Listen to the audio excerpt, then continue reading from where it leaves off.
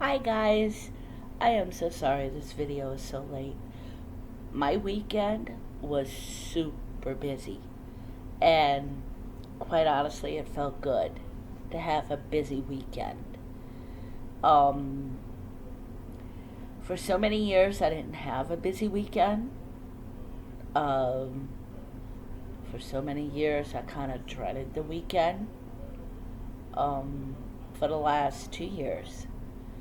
Come Friday, I didn't know how to feel because I was happy, the work week's over, I can rest, relax, don't have to work. Then on the same token, it was, oh my gosh, I'm going to have to deal with him. I'd rather work than deal with him. So to have a nice busy weekend was actually quite good. Um, what I want to talk about today is mainly for those of you out there that have friends or relatives that you suspect being abused in some way. Um, Yesterday, I took my van to my mechanic because it needed an oil change. And this is the same mechanic I've used for, oh gosh, 20 years. And his wife used to work at the shop, and then she left and just got a job outside of the shop because she needed insurance or whatever. And so I had not seen her in quite a few years. Um, I'd say it's safe to say at least 6 or 7 years. Well, she came into the shop, and because it had been so long, the mechanic had reintroduced us. Hey babe, remember Penny? And she's like, oh yeah. And so I told her how I was divorced, and the first thing she said, and it's kind of funny and kind of not, it just kind of came out of her mouth. She's like, oh, thank heavens. And she's like, ooh, I'm sorry. Um, I'm sorry for the divorce. And I'm like, oh no, no, it's sad, but it's a good thing. Trust me. And it just kind of took me aback because he was always on his best behavior over there. Um, he didn't lose his temper or anything else.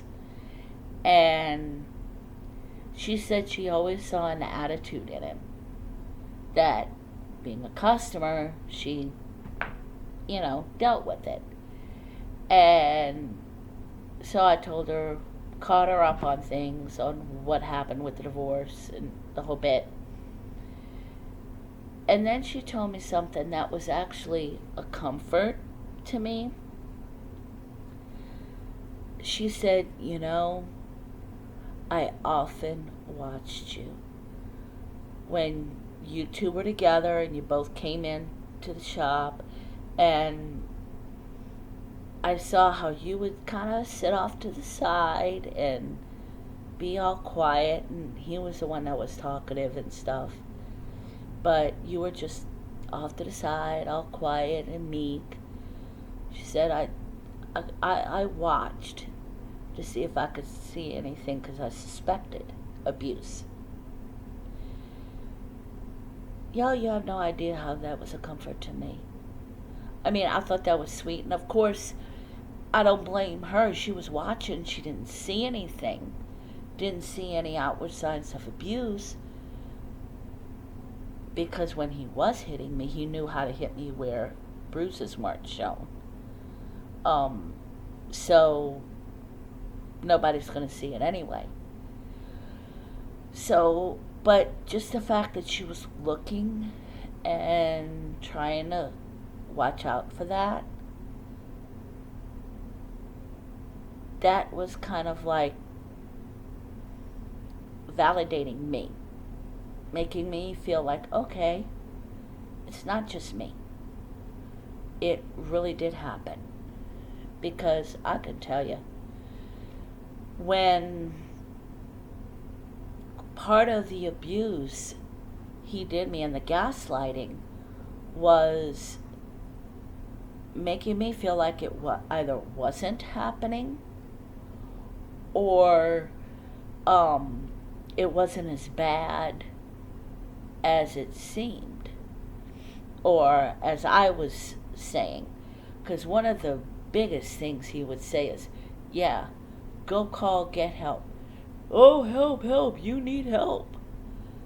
Because, and then he would accuse me of trying to play the victim card.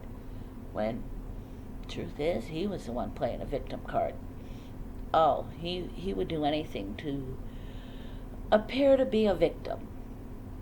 To try to even one-up me in the things I've survived just to make himself look good. Because he had to have the attention.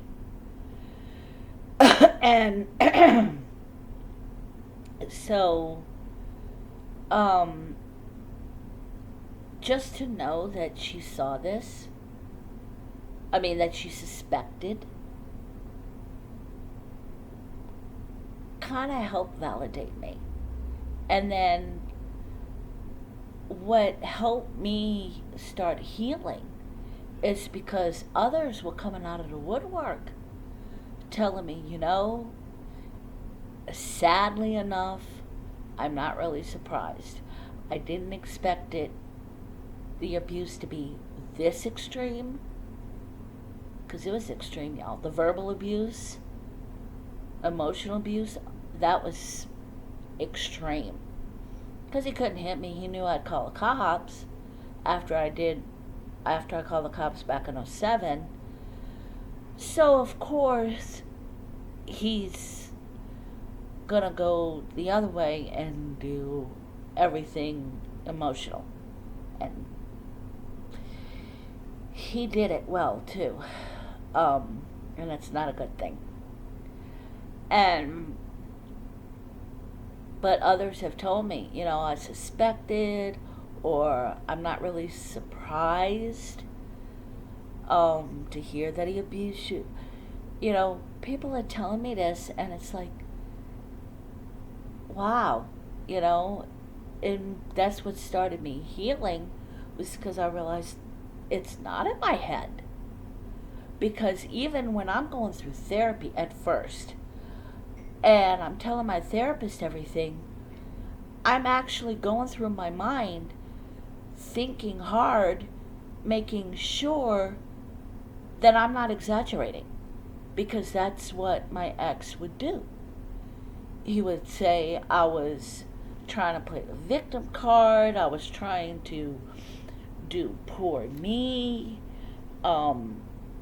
anything to make myself look like, oh, poor little innocent victim. And so, even when I was talking to my therapist, when I first started going to therapy, and going over everything that was happening, I'm doubting myself. I'm like, did that really happen? Or am I exaggerating it? Did it happen like that?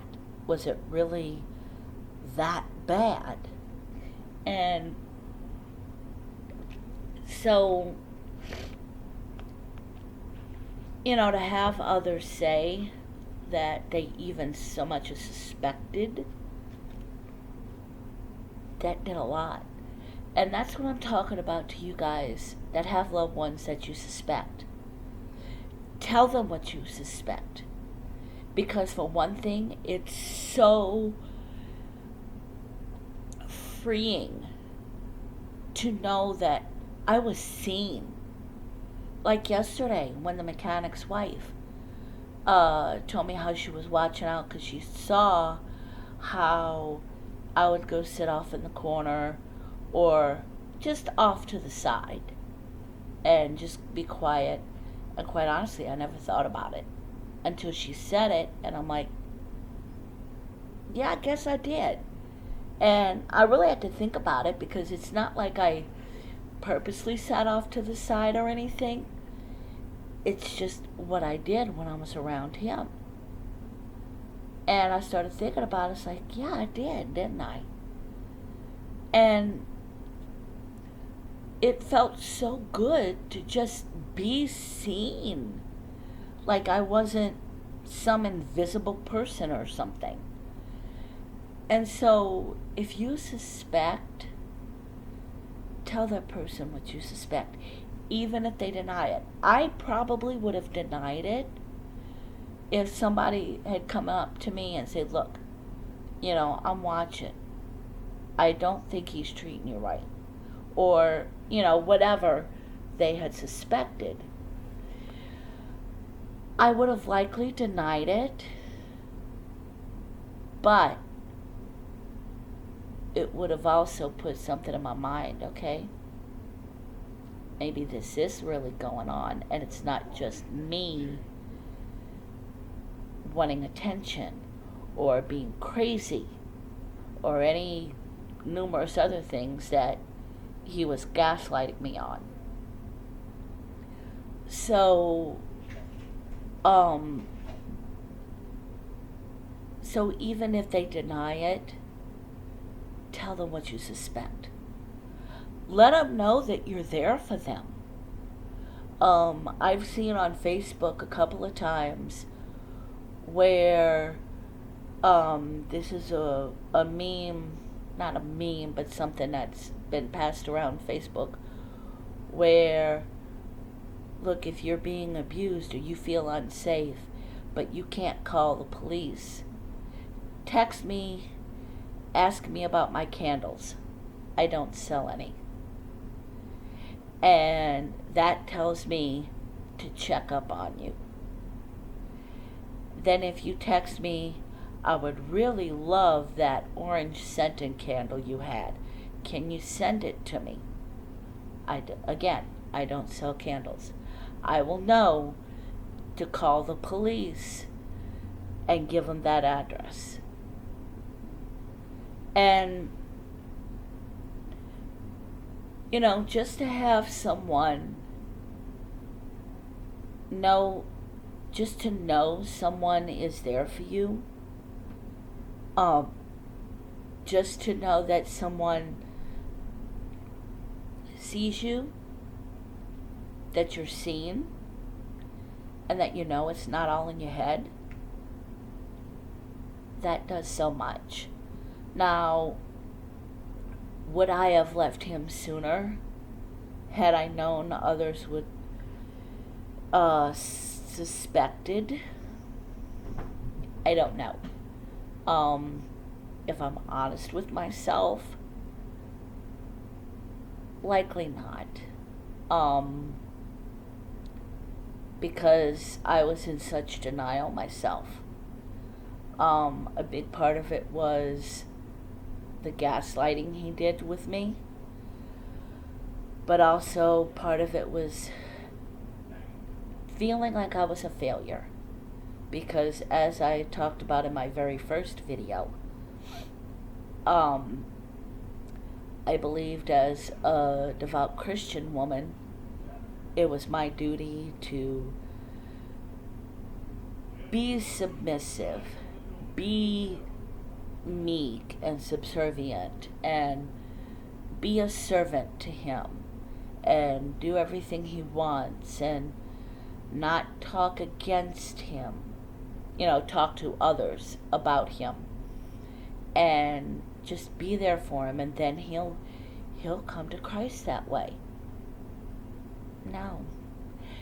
It has happened, yes, of that I have no doubt.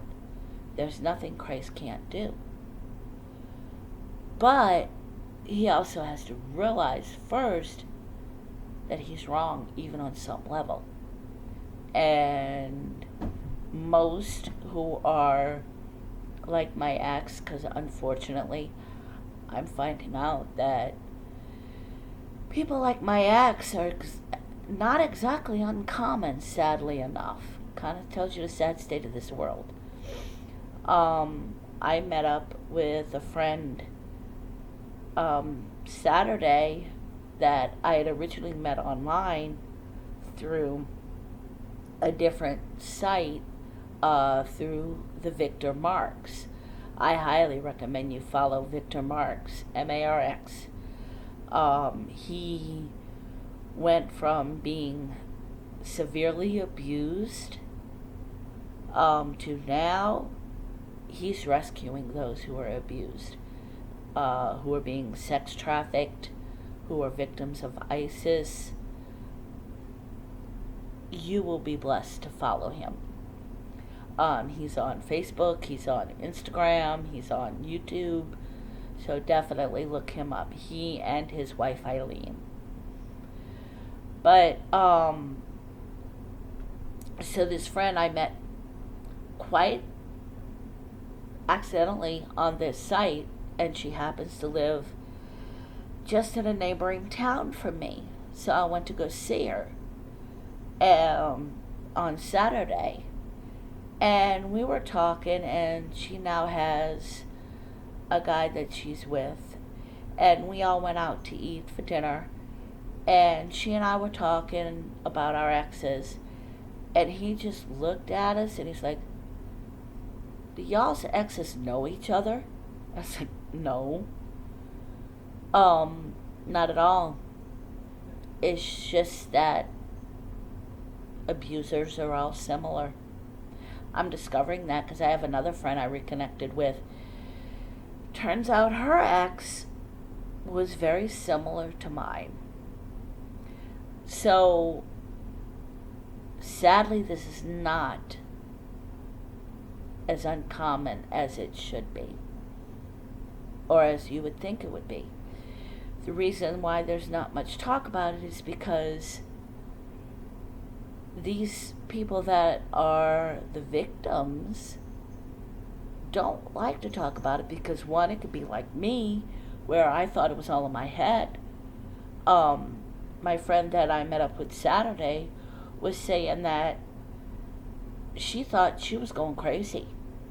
And at one point she thought she was just going to snap.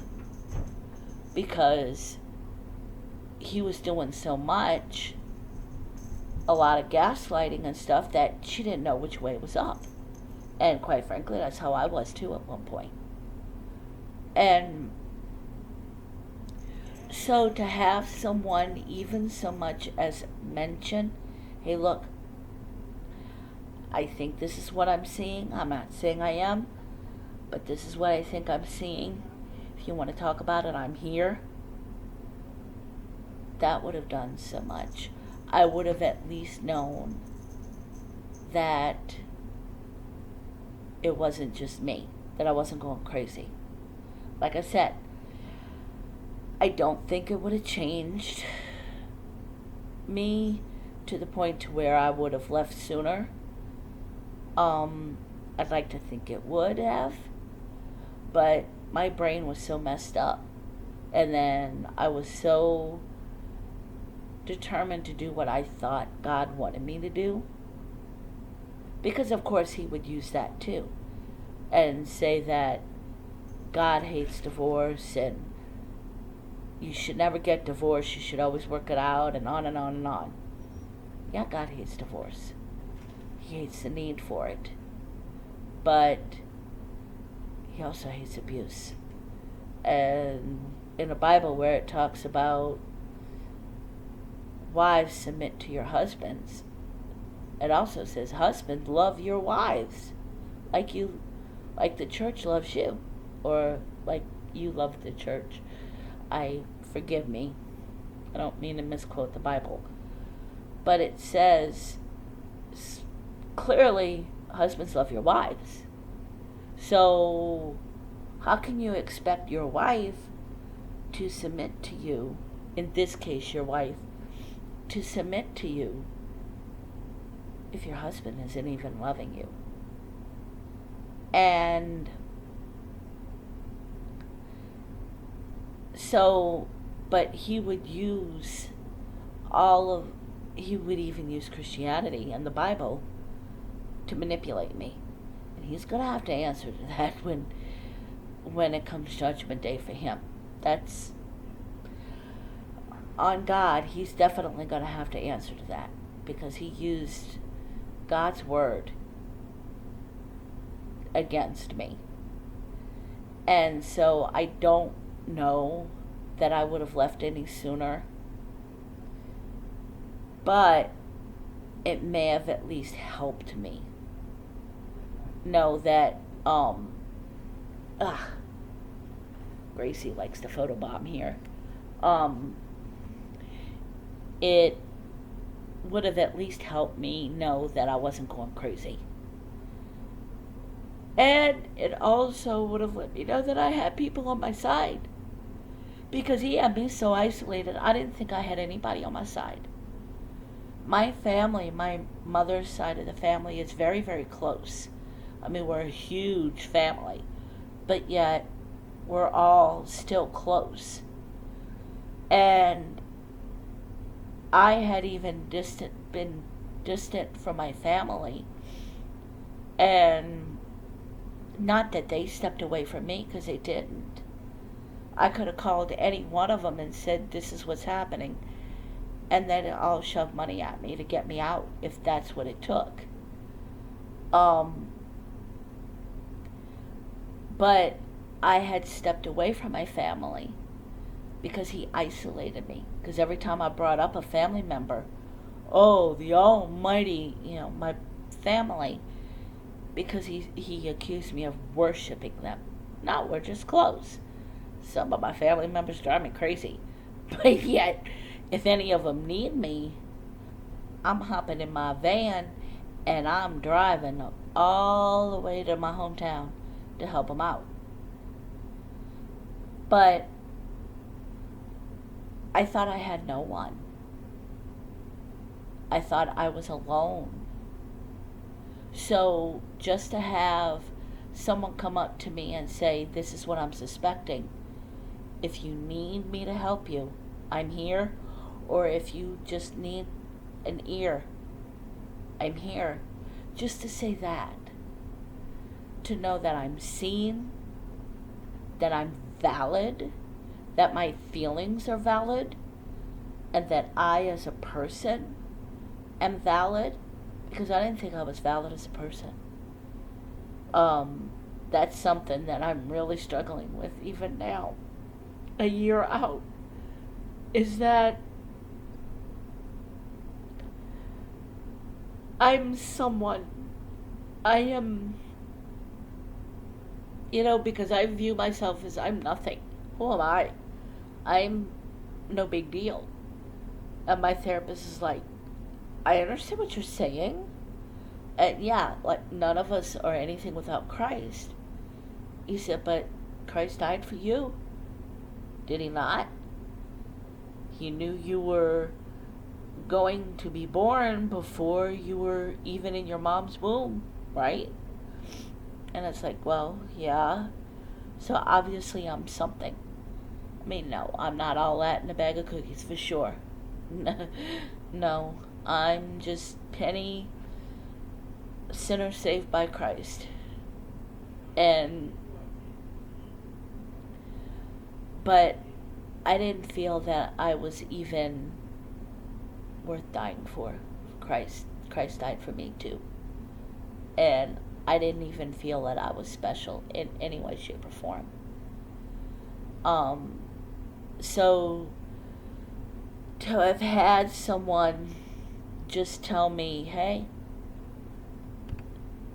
you're worth noticing, that would have done wonders. And so that's what I encourage those of you that are watching that have family members or friends that you suspect are going through abuse, or that are going through abuse. Don't push them into leaving the abuser, because that's only going to get them scared and think, oh no, I can't do that. What is that person going to do without me? Because that's part of why I stayed, because I thought for sure that he was just going to totally crumble without me. Quite honestly, so did my pastor. He's thriving without me, which I'm grateful for. I don't wish him dead most days. Um, but he's thriving without me. He's starting to make a life for himself. It's just all part of the control. And, all of them, nothing of me. All of them, nothing of the victim. So, if you know someone's being abused, don't push them. Just let them know you see something. Let them know you suspect. And if they say, oh no, nothing's going on like that, just go with it. Don't try to push the issue. Just say, well, okay. But just so you know, I'm on your side. I got your back if you need me to. Just doing that could be enough to get them to realize, okay, I can leave. I do have support. Because I didn't think I had any support. Not because nobody was there, because they were all there. My family was there, my friends were there. I had way more friends than I thought I did. I thought I didn't have any friends. In fact, I mentioned in a previous video that I was talking with my daughter and told her that I was going to go see a friend. And she said, wow, Mama, I didn't even think you had friends. And she didn't mean it in a mean way. It was just, she didn't think I had anybody. Because that's what the abusers do. They isolate you. And they're so high need, or they act like they're high need so they can control you. Because then if they act needy, your whole life revolves around them and you don't have a life. I mean, I used to tease and say, what life? I don't have a life. And I didn't. My life was my ex. And that's something I regret because it took away precious years with my kids. I'm getting it back and I'm grateful for that. But digressing, just let the person know you see something or that you even suspect. Because even if they deny it, even if they say, oh, no, still say, well, okay, just in the future for future reference, in case anything should happen. That's enough to let them know that you're there. And that may be what they need to have the strength to leave. The lady I talked to yesterday, the mechanic's wife, said, I wish I could be like you. You're so strong. No, I'm not. I endured what I had to, mainly because of my babies, because I knew my kids would be devastated if I wasn't around. Because there were times I considered no longer being on this earth. Because I figured, who am I? I make his life miserable. My kids are mad at me. So, what good am I on this earth?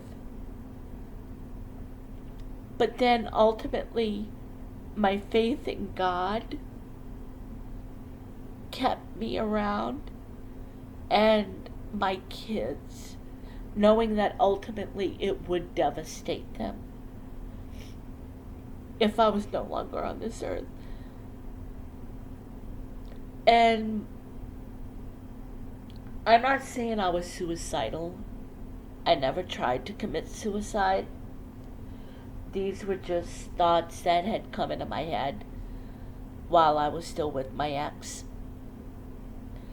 So, because I felt so lonely, I mean, he would be in bed with me at night, in the bed right next to me. And yet I never felt more alone. I felt more alone then than I do now. that I'm totally single. Because now I have all of these friends that are coming out of the woodworks because he's not around. And I don't blame them, because none of them wanted to deal with him, and they knew they couldn't have a relationship with me without him, because that's how he was. And ultimately, what helped me is to know that if nothing else, I had my kids. That's why I left, because I wanted my kids. I finally realized that there was no way I was going to have a relationship with my kids if I stayed with him. And it wasn't them saying it, it was him. Because they would have loved to have a relationship with their father. They would have loved it. He was the one that was preventing it. But, so let your friend or relative know that you're there, that they're seen, because that could be the starting factor to get them on the road to leave their abuser. To know that even one person sees them. Because I'm finding out that more people saw me than I ever realized. I did not realize the amount of people that saw me and was actually watching out for me. And I don't think I'm lying when I say that if one of them that has come to me now and said they were watching saw any kind of physical sign, they'd have definitely done something. I know that. So don't look for physical signs, because a lot of these individuals, these abusers, they're smart. They're not going to leave physical signs. They either know how to hit where there won't be bruising, or they know where to hit where bruises are, if they happen, are hidden, or they know better than to hit at all, and they can get in the mind of their victim, like mine did with me, and manipulate. My brain, over this past year and a couple of months, has actually had to be completely rewired because of all the trauma. So, again, just let them know that you see, even if they deny it, and say, oh no, nothing's wrong. That'll still put a seed in the back of their mind thinking, maybe I'm not wrong, maybe I am, maybe this is hurtful, and I'm not going crazy, and maybe I have at least one person on my side. So you guys have a good week, stay blessed, and hopefully, as of now, I don't have anything planned for next weekend, so hopefully I'll get a video out on time. But you guys have a good week and stay blessed. Bye.